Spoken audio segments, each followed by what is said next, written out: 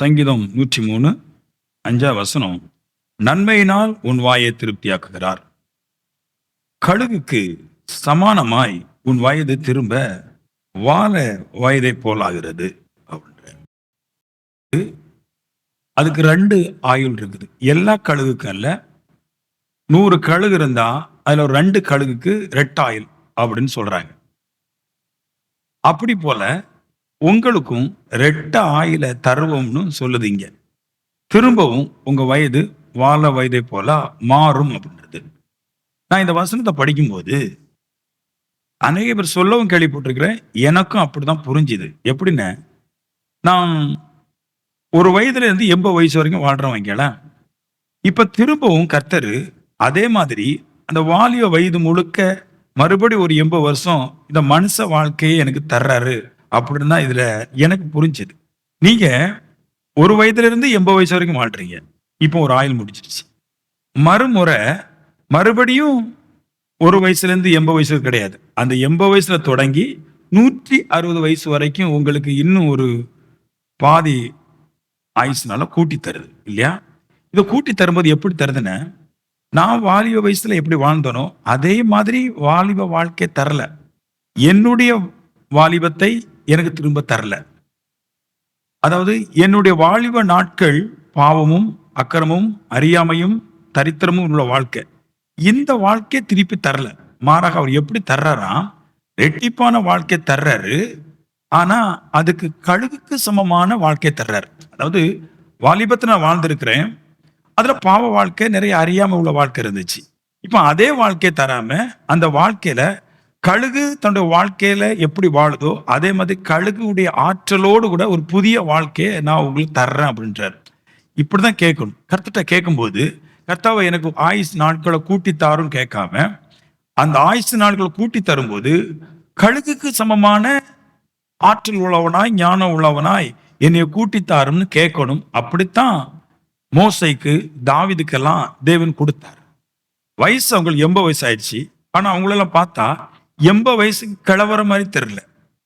நல்ல கண் பார்வை இருக்குது, நல்ல சரீர கட்டமைப்பு இருக்குது, வாலிபர்கள் மாதிரி யுத்தம் செய்யறாங்க, சரீரத்துல நல்ல நோவு இல்லாம நல்ல சரீரம்லாம் இருக்குது, ஆத்மா நல்ல செழிப்பா இருக்குது. இதெல்லாம் எப்படின்னா மனுஷனுக்கு நேரிடுகிற விஷயம் அல்ல, மாறாக கழுகுக்கு நேரிடுகிற விஷயங்கள் எல்லாம் இவங்களுக்கு கிடைச்சுதான். அதனாலதான் சங்கீதம் 103 அவர் பேசும்போது, உங்களுடைய வயதை கழுகுக்கு சமமாய் திரும்ப வாழ வயதை போல் ஆகிறது என்றார். கழுகுக்கு சமமாய் ஒரு வார்த்தை போட்டு, ஆண்டவரே என் வாலிய வயசு அப்படியே இருந்தா கொஞ்சம் பின்னாடி போனா வாழ்க்கை நல்லா இருக்குன்னு ஒரு ஃபீல் வருது. நான் அந்த வாழ்க்கையை விரும்பல. எனது பாவ வாழ்க்கை நல்ல இல்லாத வாழ்க்கை. ஆனா நான் 80 வயசு வரைக்கும் வாழ்றவன், அதை தாண்டி நான் வாழுகிறதா இருந்தா, வாழ வேண்டும் என்று ஆசைப்பட்டிருந்தா, கழுகை போல ஆற்றல் உள்ளவனாய் வாழ வேண்டும் என்று நான் ஆசைப்படுகிறேன். கர்த்தர் எல்லா விசுவாசிகளுக்கும் அப்படிப்பட்ட வாழ்க்கை கொடுக்கிறாருன்னா கிடையாது. சிலருக்கு மட்டும் இந்த கழுகுக்கு சமமான பலம் உள்ள ஒரு வாழ்க்கையை கொடுத்துறார். அந்த சிலர் யாருன்றதை பின்னாடி சொல்றேன். முன்னாடி கழுகை பத்தி சொல்றேன். கழுகை பற்றி 7 அம்சங்களை சொல்றேன். உங்களுடைய வாழ்க்கை இந்த மாதிரி போக வேண்டும் என்று நீங்கள் கர்த்தரை ஆராதிக்கும் பொழுது நீங்கள் கர்த்தரிடத்துல கேட்கணும். இல்லைன்னா கர்த்தரை ஆராதிக்கும் போது இந்த மாதிரி மாற வேண்டும் என்கிற எண்ணத்துல கர்த்தரை நீங்கள் ஆராதிக்க வேண்டும். பாயிண்ட், உபாகமம் 28:50 சொல்லுது, கழுகு வேகமாக பறக்கும் பறந்துன்றார். அது வேகமா பறக்கும். ஏன் அது வேகமா பறக்குது அப்படின்னு கேட்டீங்கன்னா, இந்த கழுகு மற்ற பறவைகளோடு கூட, அதோட இனத்தோடு கூட, அதோடைய ஜாதியோடு கூட ஐக்கியம் கொள்ளாது. மற்ற பறவைகளுக்கு நல்ல வேகம் கிடையாது. கழுகுக்கு ஒப்பான வேகம் கிடையாது. அந்த கழுகு ஒப்பான வேகம் இல்லாதத தம் பறவை இனம்னு நினைச்சுக்கிட்டு அந்த பறவை இனத்தோடு கூட சேர்ந்தா, கழுகுக்கு அப்போ பறக்காத அந்த பறவைகள் அவைகளோடு கூட அந்த கழுகு பறக்கும் போது பல வருஷங்கள் பயணிக்கும் போது 20 வருஷம் 30 வருஷம் 40 வருஷம் வாழுது ஒரு கழுகு. இந்த 40 வருஷம் வாழுற கழுகு ஒரு 20 வருஷம் நல்ல வேகமில்லாத பறவையோடு கூட சேர்ந்து பயணிக்கும் போது அதுக்கு குறைவான ஆற்றலே கிடைக்கிறது. பழக்க வழக்கத்தின்படி எனக்கு ஆற்றல் பலமா இருந்தாலும் கூட என்னுடைய மனசு குறைவாய் பறக்குகிற பறவைகளோடு சேர்ந்ததுனால குறைவான இருதயம் எனக்கு கிடைத்து விடுகிறது என்றார்.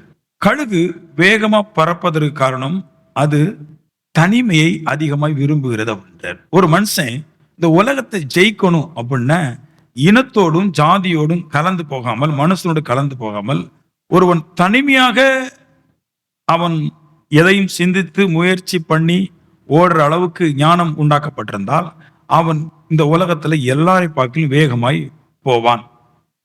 First point. உங்க வயது திரும்ப வாழ வயதை போல் ஆகிறது.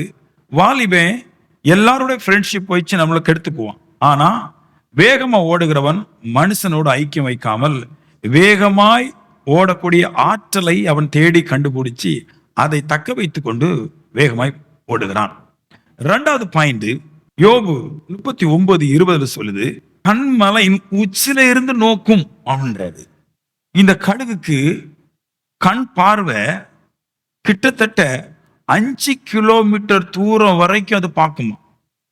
கண்மலையின் உச்சிங்கிற பேர் போடுது, அங்க இருந்து பார்க்குமா. இதுக்கு மனுஷனை விடவும் 8 மடங்கு கண் பார்வை ஜாஸ்தின்றார். அது எது சொல்லுது அப்படின்னா, கண்மலையின் உச்சில இருந்து 5 கிலோமீட்டர் தூரத்துல மனுஷனை விடவும் 8 மடங்கு கண் பார்வை உடைய இந்த கழுகு அது எதை குறித்து பார்க்குதான், தனக்கு எவ்வளவு தடைகள் வந்தாலும் எவ்வளவு போராட்டம் வந்தாலும் தன் பார்வையை, தன் நோக்கத்தை, தன் இலக்கை, தன் தரிசனத்தை விட்டு ஒருபோதும் விலகாதென்றார். மனுஷனுக்கு இந்த ஆற்றல் இல்லை. வாலிபர்களுக்கு கிடையாது, முதியோர்களுக்கு கிடையாது. தனக்கு உண்டான தரிசனம், தனக்கு உண்டான லக்கு, தனக்கு உண்டான நோக்கம் இங்க 99.9 மனுஷனுக்கு லக்கு, நோக்கம், தரிசனம் இவைகள் கிடையாது. கடவுள் சொல்றார், உன் வயது திரும்ப வாழ வயதை போல் ஆகிறது அப்படின்னா இந்த கழுகை போல எந்த தொலைவில் இருந்தும் ஒரு தரிசனத்தை எடுத்து, தரிசனம் தூரமா இருக்கலாம், தரிசனத்துடைய பொருள் தூரமா இருக்கலாம், ஆனா அந்த தரிசனத்தை மட்டுமே நோக்கி அது பயணிச்சு அது வெற்றி பெறுகின்றார். அதாவது சொல்ற, கழுகுக்கு சமமானமாய் திரும்ப உன் வயது வாழ வயதை போலாகிறது. அது வேகமா பறக்கக்கூடியது.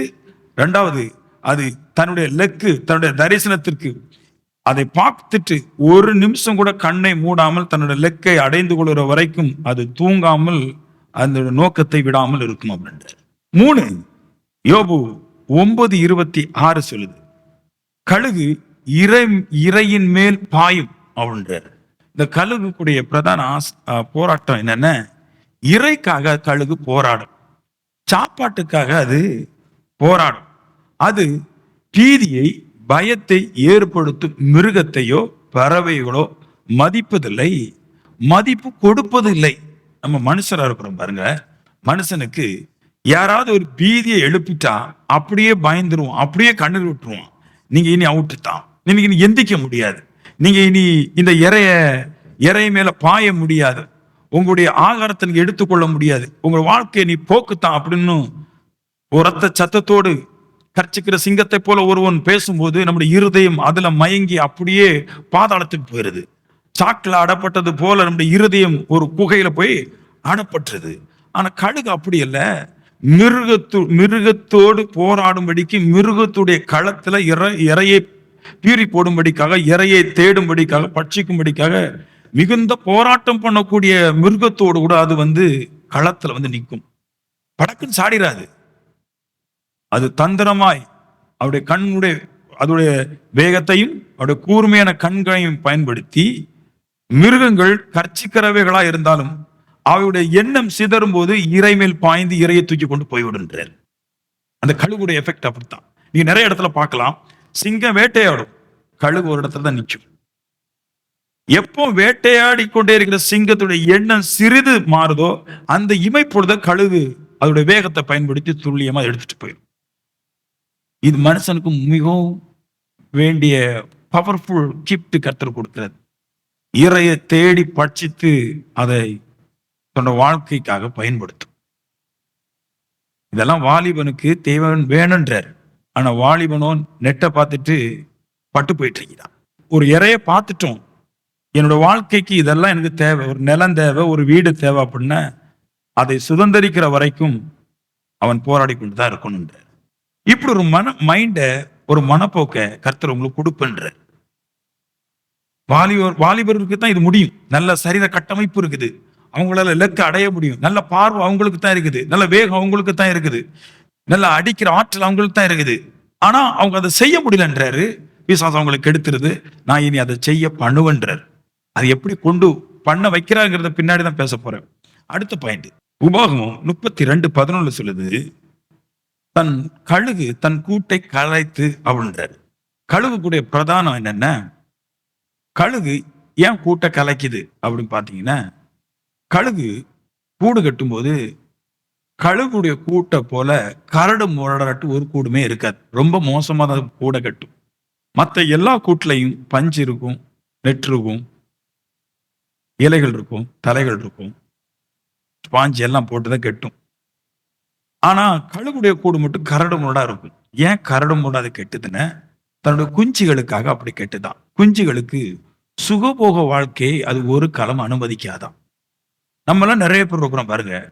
பிள்ளைங்களை ரொம்ப சுகபோகமா வழி நடத்தும்.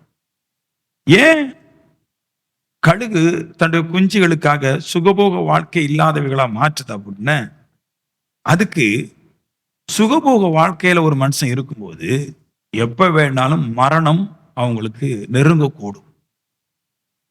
சுகபோகம் அதான் வேதாகமம் சொல்லுது, மாம்ச சிந்த மரணம். சுகபோகமா வாழுகிறவ உயிரோடு செத்தவ. ஏன்னா அவளுக்கு போராடக்கூடிய ஆற்றல் இல்லாதவள். எப்பொழுதுமே நெருக்கத்திலே ஓடிக்கொண்டிருக்கிறாங்கன்னு என்ன அர்த்தம்? அவள் போராட்டத்திலே ஓடிக்கொண்டிருக்கிறார் அர்த்தம். நெருக்கங்கிறது அவன் வாழ்க்கையோட போராட்டத்துக்கு அமைக்கப்பட்ட ஒரு பந்தய ஸ்தலம். கழுகுக்கு கூடு குஞ்சுகளுக்கு ஒரு பந்தய ஸ்தலம் தான். அது நெருக்கத்திலே வாழும்.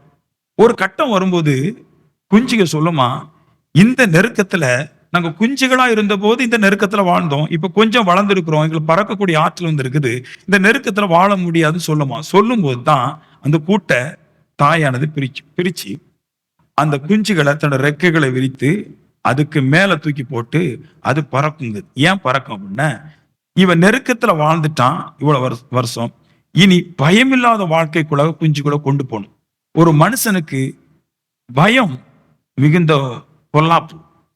அதனால குஞ்சுகளை மேல தூக்கி போட்டுக்கிட்டு அதை கொண்டு கிட்டத்தட்ட ஒரு நாளைக்கு 385 கிலோமீட்டர் தூரம் வரைக்கும் குஞ்சுகளை கொண்டு பயணிக்கும். உயர்ந்த ஸ்தலங்கள்ல போய், மிகவும் வானத்துக்கு மேல போய், கிட்டத்தட்ட 11 கிலோமீட்டருக்கு மேல போய் குஞ்சுகளை கீழே போட்டு அதை ரெக்கைகளை அடிக்க பயன்படுத்தி அதை வட்டமிட்டு கொண்டே இருக்குமா. இப்படி ஒரு பழக்கம் கரடுமுடான வாழ்க்கை, சுகபோக வாழ்க்கை கொடுக்காமல் பயமற்ற வாழ்க்கையை போக்குவதற்கு இந்த கழுகானது போராடுதுன்ற. இது முக்கியமான ஒரு பங்கு. எனக்கு இது நல்லா பிடிச்சிருக்குது. கழுகுடைய வாழ்க்கை இது சுகபோகமா வாழ்றது, எப்ப பார்த்தாலும் இனிமையாட்டே போறது, எப்பவுமே எனக்கு நன்மையே நடந்துட்டு இருக்குங்கிற ஒரு மாறுபாடான கருத்து மனுஷனை பெரிய அளவுக்கு கொண்டு போகாது. இஸ்ரவேலர்கள் நீங்க பாத்தீங்கன்னா எப்பவுமே கரடுமுடான விஷயத்துல இருந்தான். உலகம் தோன்றும் முதற்கொண்டு இந்நாள் வரைக்கும் இஸ்ரவேலர்கள் ஒரு நாளும் இஸ்ரவேல் தூங்குனது கிடையாது. எப்போ எந்த பகைங்க எப்போ கொண்டு போடுறான்னு தெரியவே செய்யாது. அவனை சுற்றி கிட்டத்தட்ட 7-8 நாடுகள் எப்போ அவனை அழிக்கலான்னு பார்த்துட்டே இருக்கும். அதனால சுகபோகத்தை விரும்பாம கரடுமுரடான வாழ்க்கையை விரும்புறான். அந்த கரடுமுரடான வாழ்க்கை வாழ்றத பார்க்கிலும் இனி ஜெயிக்கிறவனாய் மாறுவதற்கு பயமற்ற வாழ்க்கைக்கு உட்படுத்தப்படுகிறான் அப்படின்றார். நான் சொல்லுவேன், இது ரொம்ப இம்பார்ட்டன்ட். நம்ம வளர்ந்துட்டோம், கொஞ்சம் கரடுமுரடான வாழ்க்கை வரும்போது அப்படி பயந்துடக்கூடாது. சுகபோகமாய் வாழுகிறவன் இந்த உலகத்தை ஜெயிச்சவன் ஒருவனும் கிடையாது. எந்த ஒரு உயர்வுல இருக்கிறவனும் சுகபோகமா வாழ்ந்தது கிடையாது. பல பிரச்சனைகள், பல நெருக்கம், பல போராட்டம், பல கஷ்டம், பல வேதனைகளை அவன் அனுபவிச்சுதான் இந்த உலகத்துல ஒண்ணுமே இல்லை, சாதிக்கிறத தவிர ஒண்ணுமே இல்லைங்கிற மனப்பக்குவத்துக்கு மாறி போய்விடுகிறான். கழுகுக்கு உறுதியான மனநிலை உண்டு. எப்படின்னா, கடும் புயல், பெருங்காற்று ரெண்டும் அடிக்கும் போது எல்லா பறவைகளும் கடும் புயலுக்கும் பெரும் மழைக்கும் தஞ்சம் அடைந்து புயலுக்கும் மழைக்கும் கீழாக ஒதுங்கும்படிக்காய் கூடுகளை தனக்கு அமைத்து கொள்ளும். கடும் புயலும் பெரும் மழை அடிக்கும் போது அவைகள் கூடோடு கூட மரணத்துக்கு ஒப்பாகி விடுகிறது. ஆனா கழுகுக்கு உறுதியான மனநிலை இருக்குது. மற்ற பறவைகளுக்கு உறுதியான மனநிலை இல்ல. ஓடி போய் ஒளிஞ்சுக்கும். மனுஷர்கள்ல நிறைய பேரு உறுதியான மனநிலை அற்றவங்க. சூழ்நிலைக்கு தகுந்த மாதிரி ஓடி போய் ஒளிஞ்சுக்குவாங்க. நம்மளே கிட்டத்தட்ட அப்படித்தான் இருக்கிறோம். நிறைய விஷயங்களுக்கு எங்கேயா போய் பாதுகாப்பா போய் ஒளிஞ்சுக்கிடுறோம். ஆனா கழுகு அப்படிப்பட்டதில்ல. அது சொல்லுது, மணிக்கு 300 கிலோமீட்டர் வேகத்துல அது பயணிக்கும். ஒரு மணி நேரத்துக்கு 300 கிலோமீட்டர் தாண்டும். தாண்டும் போது எப்படி தாண்டும்? காற்று ஒரு நாளைக்கு அதிகபட்சம் அடிச்சுச்சுன்னா 130 120 கிலோமீட்டர் தான் அதிகபட்சம் அடிக்கும். கூடி போனா 150 கிலோமீட்டர் அடிக்கும். அதோடு கூட பெரும் மலைகள் கட்டியா விழும்போது 150 கிலோமீட்டர்ல அடிக்கும் போது அந்த கழுகுடைய தலைகள் எல்லாம் மொட்டையா இருக்கும். கழுகுக்கு எப்பவுமே தலை மொட்டையா இருக்கும், நிறைய முடி வளராது. ஏன்னா அதோடைய தலையை முன்னாடி கொடுத்து முன்னாடி வருகிற எல்லா விதமான மழையுடைய கட்டிகள் எல்லாத்தையும் அடிச்சு துவம்சம் பண்ணிட்டு போகும். இந்த கடும் புயலுக்கும் பெரும் மழைக்கும் இது என்ன செய்யுமா? மழை மேகத்துக்கு மேலாகும், புயல் மேகத்துக்கு மேலாகும், மழையையும் கடும் புயலையும் கிழித்து எல்லா மேகங்களுக்கும் மேலாக போய் அது தன்னை தற்காத்து கொள்ளும் என்று சொல்றாங்க. அவ்வளவு பவர்ஃபுல் இருக்குது. பிரச்சனையெல்லாம் உதறி தூக்கி துவம்சம் பண்ணிக்கிட்டு அந்த பிரச்சனையை கிழிச்சு போறதுக்கு அதுக்கு 300 கிலோமீட்டர் வேகத்தை கொடுக்கப்பட்டிருக்குதான். அதான் வாலிபன்றார். ஒரு மனுஷனுக்கு, வாலிபனுக்கு வேதம் சொல்லும், வாலிபன் பலவான் கையில் உள்ள அம்பு மாதிரி. அம்பு எப்படி எல்லாவற்றையும் கிழிச்சு ஊடுருவி பாயுமோ அப்படி போல வாலிபன்றார். இப்ப சொல்றாரு, நீங்க கிழவனா இருந்தாலும் பரவாயில்ல, உங்களுக்கு தேவன் கொடுக்கிற அந்த வாலிப சக்தி இருக்குதே, அது எந்த சூழ்நிலை கிழிச்சு பிரிச்சு பாய்ந்து போகக்கூடிய ஆற்றல் உள்ளதுன்றார். உங்களுக்கு கிடைக்கும், எனக்கும் கிடைக்கும், உங்களுக்கும் கிடைக்கும். நீங்களும் எல்லா கஷ்டங்களையும் எல்லா பிரச்சனைகளையும் தாண்டி பறக்க முடியும்னு சொல்றார். இதெல்லாம் கழுகுடைய அம்சங்கள். கழுகை பற்றி இங்க கருத்தை சொல்லிட்டு இருக்கிறார். உங்களுக்கு அப்படித்தான் கிடைக்கும். மனுஷன் அப்படித்தான் வாழும். இந்த வேதாகமம் இல்லாதவன், பைபிள் இல்லாதவன் பிரச்சனையை பார்த்துட்டு அழுதுகிட்டு துவம்சம் பண்ணிக்கிட்டு இதை ஒரே நாள்ல வளர்ந்து ஒரே நாள்ல பணக்காரன் ஆகுற மாதிரி, ஒரே நாள்ல வளர்ந்து ஒரே நாள்ல சாகுற மாதிரி நிலைமைகளை கண்டு சூழ்நிலை கண்டு அப்படியே மக்கி போறவன் இல்ல ஆவிக்குரியவன். ஆவிக்குரியவன் பார்த்து கருத்தை சொல்றாரு, உன் வயது திரும்ப கழுகை போலதான் மாறப்போகுது, ஒன்னே மாதிரி மாறாது, கழுகை போல மாறிடும். உன் வாழ்க்கையை நிச்சயமா நான் கர்த்தரை மாற்றி தந்துருவேன். உன் வாழ்க்கை மிகவும் அற்புத விதமா இருக்கும். இந்த கழுகை பற்றி படிக்கும்போது எதுவுமே லெகுவான காரியமா இல்லை. கழுகுக்கு மட்டும் தான் ரெட்டாயுசு, எல்லா பறவைகளை பாய்க்கணும். ஆனா அது லெகுவாட்டும் கிடைக்க போறதும் கிடையாது. மனுஷனுக்கு மனுஷனுக்கு நன்மைகள் இந்த பூமியில நிறைய இருக்குது. எதுவும் லெகுவா கிடைக்காது, போராடாமல் கிடைக்காது, போராடினாதான் கிடைக்கின்றார். இந்த போராடக்கூடிய இருதயங்கள்லாம் எப்படி வருது? மலைகளையும் பள்ளத்தாக்குகளையும் தாண்டி பறக்கக்கூடிய ஆற்றல் எப்படி அது வருது? ஆமென். இறந்து போனதை தின்னாது கழுகு. கழுகுக்கு அந்த குணம் இருக்காது.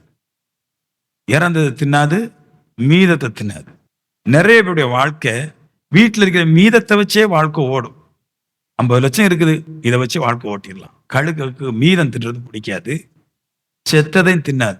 அதாவது உயிரற்றது, யாராவது அடிச்சு போட்டது, இலவசமா தின்றது, ஓசில தின்றது, வேலை செய்யாம தின்றது கழுகுக்கு ஆகாதான். 2 விஷயம் இருக்கு, மிச்சம் தின்னாது, வேலை செய்யாமல் தின்னாது, செத்ததை தின்னாது அப்படின்றார் இல்லையா? இதுக்கு எப்படி அது சாப்பிடுதான்? ஒரு நாளைக்கு 385 கிலோமீட்டர் தூரம் பயணிக்கிறது. 300 கிலோமீட்டர் வேகத்துல 385 கிலோமீட்டர் தூரம் ஒரு நாளைக்கு பயணிக்குது. ஒவ்வொரு நாளும் உயிர் உள்ள பொருளை தான் தின்னும். தான் வீட்டில் இருக்கிற மீதத்தை பத்தி கவலையும் படாது, அதை பெருசா எடுத்துக்கொள்ளவும் செய்யாது. மனுஷ வாழ்க்கை பேலன்ஸை வச்சுதான் வாழ்றான். கையில பொருளாதாரம் இருந்தா சிரிப்பு, கொஞ்சம் கஷ்டம்னா அழைச்சட்டம். எங்க வீட்டுல ஒரு 50 பவுன் எக்ஸ்ட்ரா இருந்துச்சுன்னா சிரிப்பு, எங்க பேங்க்ல ஒரு 100 லட்சம் ரூபாய் இருந்துச்சுன்னா சிரிப்பு. கழுகு அப்படி இல்லை. மிச்சம் இருக்கிறத மிச்சம் வச்சுக்கிட்டு அது என்னைக்காவது ஒரு நாளைக்கு என் காலு கை உடஞ்சா உதவும். இன்னைக்கு என் காலு கை ஸ்ட்ராங்கா, ரெக்க ஃபெதர்லாம் ஸ்ட்ராங்கா இருக்கிறதுனால ஒரு நாளைக்கு 365 கிலோமீட்டர் வெறும் காடுகள்ல மட்டுமே, தரைகளில் மட்டுமே பயணம் செஞ்சு, கடல்ல பயணம் செய்யாது, அது தரையில மட்டும் பயணம் செஞ்சு 385 கிலோமீட்டர் 300 கிலோமீட்டர் வேகத்துல 385 கிலோமீட்டர் தூரம் போய் காடுகள் இருக்கிற புதிய புதிய புதிய மிருகங்களையும் புதிய புதிய பறவைகளையும் அது சாப்பிடக்கூடியவைகளா இருக்குதுன்றாரு. எப்படி இருக்கு பாருங்க. இதுதான் நம்மளுக்கு வேணும். எப்படி வேணாலும் ஒரு நாளைக்கு 385 கிலோமீட்டர் பறக்கும். அந்த வேகத்துல அது பறந்து ஒவ்வொரு நாளும் புதுசு புதுசா சாப்பிடக்கூடிய இருதயத்தை கர்த்தருக்கு வடிவமைச்சு கொடுத்திருக்கிறார். அப்படி இருக்கும் பாரு. நம்ம வீட்டுல பறக்கிற புருஷர்கள், ஸ்திரிகள், வாலிபர்கள், வாலிப பெண்களுக்கெல்லாம் ஒவ்வொரு நாளும் புதுசு புதுசா நான் உழைச்சே சாப்பிடணுன்ற இருதயம் வந்தா அந்த வீட்டுக்கு நீ பட்டினியே கிடையாது. நம்ம எல்லாம் ஏன் தெரியுமா கஷ்டப்படுறோம்? நம்மளை உண்டாக்குன அப்பா அம்மாருங்க 3 மாசம் தான் என்ன வேலைன்னு போவாங்க. அறுவடைக்கு போனா, நெல் அறுவடைக்கு போனா 3 மாசம் இல்லையா? கடல் தொழிலுக்கு போனா 3 மாசம், துணி வேலைக்கு போனா ஒரு 6 மாசம். இந்த சீசனை பயன்படுத்த வேலை செய்யும். ஆனா கழுகு அப்படி இல்லை. 385 கிலோமீட்டர் ஒரு நாளைக்கு கண்டிப்பா அது பறந்துதான் ஆகும். அது பொருள் கிடைச்சாலும் பொருள் கிடைக்காம போனாலும் அதனுடைய பயணத்தை அது ஒரு நாளும் கூட சாவர நாள் வரைக்கும் கூட நிப்பாட்டாது, போயிட்டு தான் இருக்கும். இந்த ஆற்றல் சிறந்த கடவுள் இல்லாதவன், சுகபோகமா வாழ்றவன் இதெல்லாம் பேச மாட்டான். நம்ம மாட்டிக்குவோம். நம்ம இனி என்ன செய்வோம்? நான் சொல்லுவேன், நம்மளுக்கு இருக்கிற திராணியோட நான் இன்னும் ஓட ஆரம்பிப்பேன். நம்ம என்ன செய்வோம்? இன்னைக்கு இறை கிடைக்கலையே, நான் 200 கிலோமீட்டர் போயிட்டேன், இறை கிடைக்கல. நான் ஒரு நாளைக்கு 385 கிலோமீட்டர் தூரம் பயணிக்கிறவன். 200 கிலோமீட்டர் ஓடி எனக்கு சாப்பாடு கிடைக்கலன்னு நான் 300 கிலோமீட்டர் ஓடுவேன். என் மைண்ட்ல 200 கிலோமீட்டர் ஓடிட்டோம், இன்னும் 150 கிலோமீட்டர் தானே இருக்குது, 200 கிலோமீட்டருக்கே கிடைக்கலையே, இந்த 150 கிலோமீட்டர் எப்படி கிடைக்கிற மனம் குண்டியவனா இருக்காம இன்னும் 100 கிலோமீட்டர் ஓடுவேன். அந்த 100 கிலோமீட்டர் கிடைக்கலன்னா இன்னும் 50 கிலோமீட்டருக்கு இதை ஓடி பார்ப்போம் அப்படி சொல்லுவேன். சில பேர் சொல்லுவாங்க 300 கிலோமீட்டர்ல கிடைக்காதது 50 கிலோமீட்டர்ல எப்படி கிடைக்கும்னு நினைப்பான். கழுகு அப்படி இல்லை. நம்ம மனசு சொல்லுவோம் 300 கிலோமீட்டர் 200 கிலோமீட்டர் ஓட்டோம், இவ்வளவு கஷ்டப்படணுமா? வீட்டுல இன்னைக்கு இருக்கிறதுல நேற்று கொண்டு வந்த புதுசான ஃப்ரெஷ்ஷான ஆகாரத்தை தின்னுக்கிட்டு ஒரு 2 நாளைக்கு இல்லாததை நம்ம சமாளிச்சுக்கலாம். கழுகு அப்படி செய்யாது. இன்னும் இருக்கிற மிச்ச தூரம் 50 கிலோமீட்டர் கண்டிப்பா அது பயணிக்கும். அது பயணிக்கிறது கரெக்டா ஆகாரம் இருக்கிற ஸ்தலத்தை மாத்திரம் பட்டு தான் பயன்படுத்தும். ஆகாரம் கிடைக்காத ஸ்தலத்தை பயன்படுத்தாது. நிறைய பேரு பொருளாதாரம் வராத பிசினஸே பயன்படுத்துறான். பொருளாதாரம் வர்ற பிசினஸை பயன்படுத்தணும். எங்க லாபகரமான விஷயம் இருக்குதோ அங்கதான் உங்க பயணத்தை செலுத்தணுமே தவிர உங்களுடைய பயணம் பொருளாதாரம் இல்லாத விஷயத்துல செலுத்தக்கூடாது, மாட்டிக்குவோம். கழுகு ஏன் கடல்ல பயணிக்கிறது கிடையாதுன்னு, அங்க பொருளாதாரத்தை பெருசா பார்க்க முடியாது. அங்க பறந்து தண்ணிக்குள்ள போய் ஊந்து எடுக்க முடியாது. அந்த மீன்கள் எல்லாம் சமுத்திரத்துல ஆழத்துல கிடக்கிறது, அதிக போராட்டத்துல மூச்சு நிக்காது. ஆனா இங்க அப்படி கிடையாது. கழுகு ஆகாயத்துல பறக்கிறது, தண்ணீர்ல போறது கிடையாது. அதனால தண்ணீர்ல போனா ஆகாயத்துல வர முடியாது, ஆகாயத்துல மட்டும்தான் பறக்கும். அப்ப ஆகாயத்துல பறப்பதற்கும் சாப்பாடு எடுப்பதற்கும் கரெக்டான சூழல் காடுகள்ல தான் இருக்குது. அது காடுகள்ல தான் பயணிக்குது, காடுகள்ல தான் தூக்குது. அங்கதான் அதை வேட்டையாடுவதற்கு எந்த விதமான வல்லமையும் கிடையாது. தந்திரமாய் பயணிச்சு தன்னுடைய தேவைகள் எல்லாம் நித்தம் புதிதாய் சாப்பிடுதுன்றார். அது காற்று, மழை, புயல், வெப்பம் இதெல்லாம் கேட்கவே செய்யாது, பார்க்கவே செய்யாது. அது வாட்டுக்கு அதோட பயணத்தை செய்து அது வாழ்க்கையை ஓட்டுகிறார். இப்படி 6 அம்சம் மனுஷனுக்கு கர்த்தர் தருவன்றார். நான் நித்தமும் நல்ல பயணம், நித்தம் நல்ல வேக, அந்த நோக்கம் எல்லாம் நிறைந்ததுதான் கழுகு. இந்த கழுகு இந்த இதுதான் உங்களுக்கு தருவன்றார் இல்லையா? இப்போ 40 வருஷம் ஒரு கழுகு வாழுது, 40 வருஷம் இப்படிதான் வாழுது. நம்மளும் 80 வருஷம் வாழ்றோம், நம்ம வேற ரூட்ல வாழ்ந்தோம், கஷ்டப்படுறோம். இப்போ 80 வருஷம் நம்ம வாழ்ந்த நாம இதை எப்படி மறுபடியும் இந்த கழுகை போல சக்தி உடையவனா மாற போறோம் அப்படின்றதுக்கு கழுகையே நான் பயன்பாட்டுல கொண்டு வரேன் பாருங்க இல்லையா? அதனாலதான் பைபிள் சொல்லுது, வேலை செய்யாதவன் உண்ணல் ஆகாது. இங்க நம்ம ஊர்ல வேலை செய்யாதவங்க தின்னுக்கிட்டு அவங்களோட லூட்டிக்கு அளவே கிடையாது, அவங்க பேசுற சட்டத்துக்கு அளவே கிடையாது.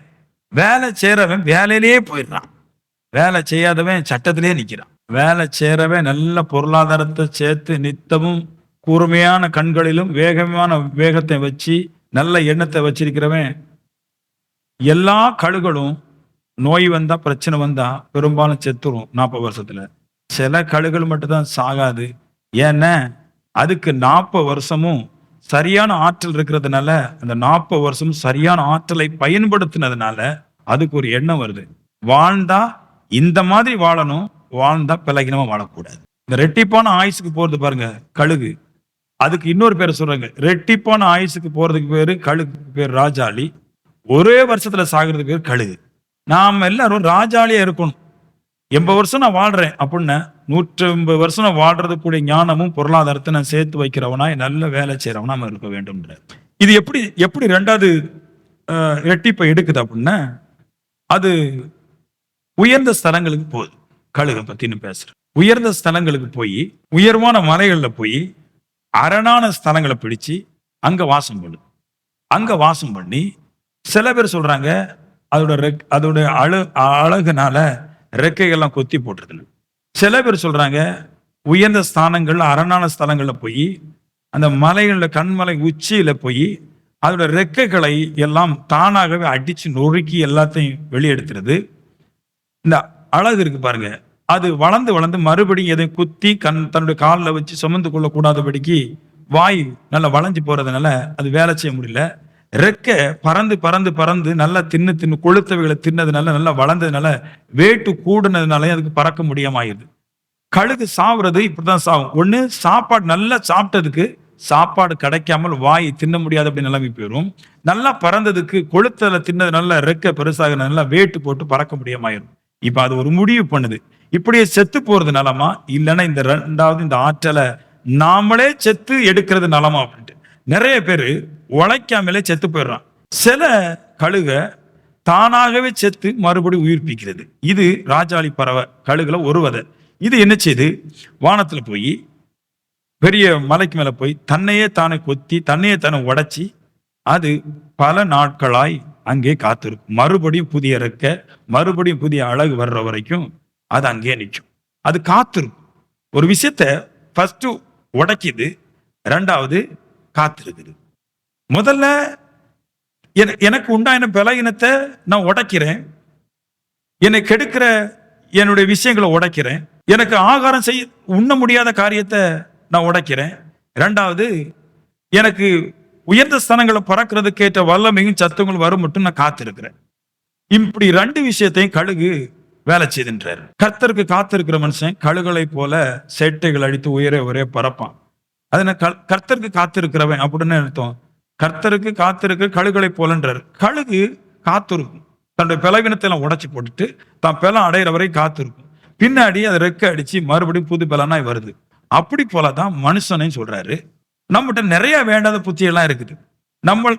நம்முடைய சரீரத்தை நம்முடைய குடும்பத்தை தூக்கி நடத்துவதற்கு திராணி இல்லாமல் நிறைய கெட்ட சுபாவங்கள் இருக்குது.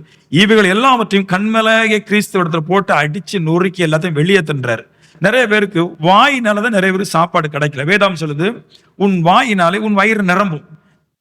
கழுகுக்கு வாய் சரியில்லாதனால தான் சாப்பாடு உள்ள போல வளைஞ்சு வளைஞ்சு நல்லா பேசி பேசி கொத்தி கொத்தி கொத்தி கொத்தி வேட்டான அதை தூக்கி தூக்கி மூஞ்சில இருந்து அந்த அழகான வளைஞ்சிருது. தூக்கி தூக்கி தூக்கி தூக்கி ஸ்பிரிங் மாதிரி வளைஞ்சிருது. நிறைய பேர் பேசி பேசி பேசி பேசி வயிற்றை கெடுத்துட்டாங்க. நிறைய கெட்ட சுபாவத்தினால வாழ்க்கை கெடுத்துட்டு இப்போ அது என்ன செய்யுது, தேவ சந்நிதிக்குள்ளார போறோம். அதான் சொன்னாரு, என் ஆத்துமாவே என் முழு இருதயமே கர்த்தரை ஸ்தோத்திரி என்றார். ஏன் அப்படின்னா, நீ தேவ சந்நிதத்துல ஸ்தோத்தரிக்கும் போது அல்லேலூயா ஆமேன் அப்படி சொல்லாம உன் வாயினாலும் உன் வயிறு நிரம்பாம இருக்குதே, ஆகவே உன் வாயை சரிப்படுத்துவதற்காக தேவ சமூகத்துல ஆர்ப்பரின்றாரு. ரெண்டாவது, உன் சரீரத்தில் இருக்கிற அவயங்கள்னாலதான் உனக்கு பறந்து போக முடியல, அதையெல்லாம் உடைச்சி போடும்படிக்கு உன் பலவீனங்கள்லாம் செதறி போகிற அளவுக்கு உன்னுடைய ஆராதனையில அவ்வளவு பெரிய பவர் உனக்கு கிடைக்கணும் அப்படின்றாரு. இதெல்லாம் எங்க தீர்க்க முடியும் அப்படின்னா, கண்மலையான கிறிஸ்ட என் ஆராதனையில நான் மூர்க்கம் கொண்டு என் பலவீனத்தை மாற்றும்படிக்காக என் கண்களை மூடி என்னுடைய பாவங்கள் எனக்கு தெரியும். எல்லாருடைய பலகீனம் எல்லாருக்கும் தெரியும், யாருக்குமே எதுவுமே தெரியாதுன்னு கிடையாது, எல்லாருக்குமே தெரியும். எனக்கு இந்த கேடு இருக்குது, எனக்கு இந்த பலகீனம் இருக்குது.